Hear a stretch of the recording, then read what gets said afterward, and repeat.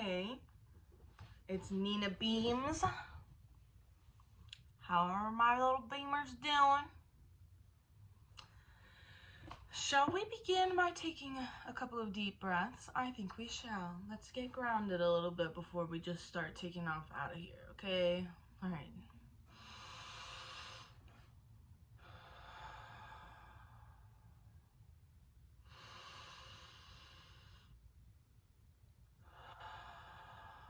One more. With a sigh. Okay. So, I have a message. I don't know who exactly it's for, but I know that when I release this, it's gonna land on who it needs to land on. And I fully believe that and trust that and have faith in that. And the message that I have today from God is that you are protected. Protected, okay? You have like divine protection. Like the peel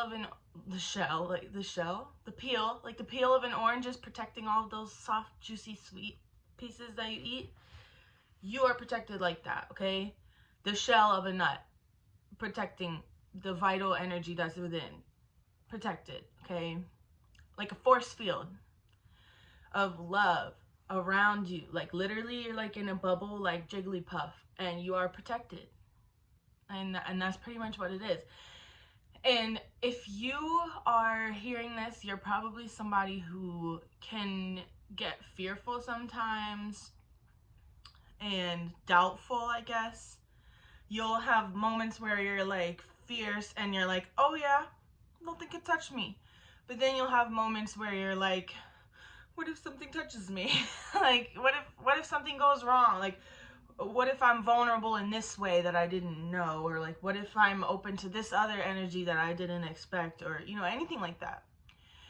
And so I want to let you know that like there's nothing that can go through this force field to actually hurt you or harm you, destroy you. No, not even possible. Not even possible. And let me explain why. That love of God that is protecting you is something that you protect even when you don't realize. You are a protector of that love. So as long as you're protecting that love from other, whatever you want to call it, like from other negative, if you want to call it that, like forces, energies, whatever, like you are the person that holds on to love, and you're like, that's your bubble. You're protecting your own bubble of love. And the love bubble is what's protecting you, if that makes sense. Like, you're the kind of person, you're not like an innocent bystander. And here's how I'm trying to explain that, like, you protect love, is that you're not an innocent bystander. You're the type of person, if you're going for a walk and you walk by a park and some kids are like bullying somebody else, you, even if you're like a grown-ass adult, you'll step in and be like, hey, knock it off. That's not cool. Like, you don't get to talk to that kid that way. If you saw somebody like kick their dog, you'd be like, bro, no, not on my watch.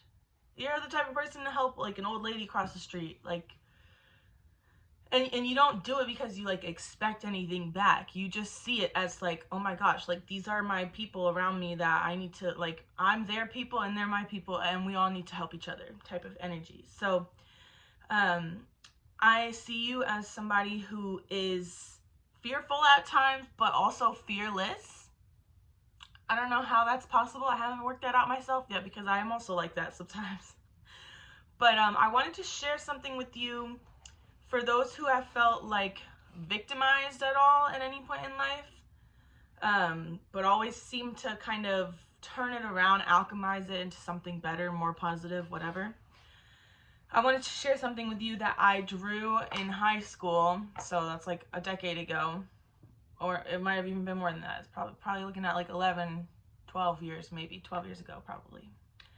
And it's just a little comic that I made of this woman who has wavy hair. She's got like wavy hair, and she sees this straightener. And so she's like, oh, I'm gonna straighten my hair. So she tries to straighten it, but then this happens and it's like still just as curly, if not curlier. So then she tries again, and don't mind my French. Pardon my French.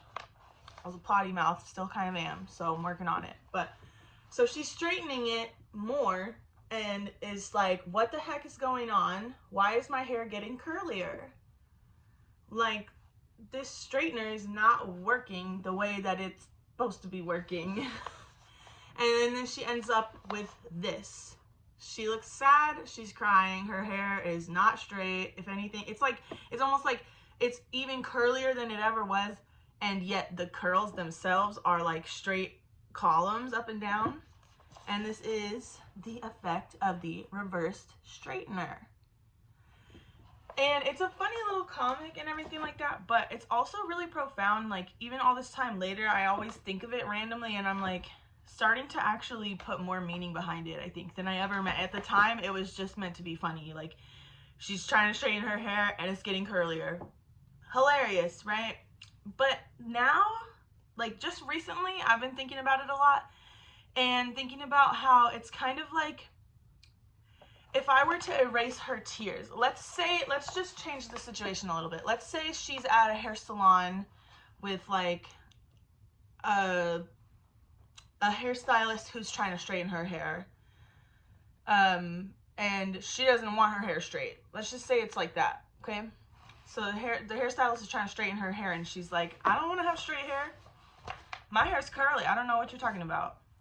And so the stylist tries to straighten it anyways, and it gets curlier.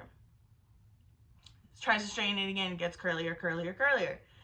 This metaphor is something I'm thinking about in terms of when somebody's trying to do something to you, like knock you down, I guess. And I know this might be kind of like leaping pretty far away from the original point, but let's just say this was a metaphor for somebody else trying to impact you in a negative way, or any way that's just not resonating with you. Like, it doesn't have to be a negative way. It could be anything. Anytime anybody in your life has tried to like make you into something other than what you naturally are, like, you are love, you are light, you are protection, you are protected. Like, none of that bullshit. Okay, again, working on this mouth of mine. Bear with me.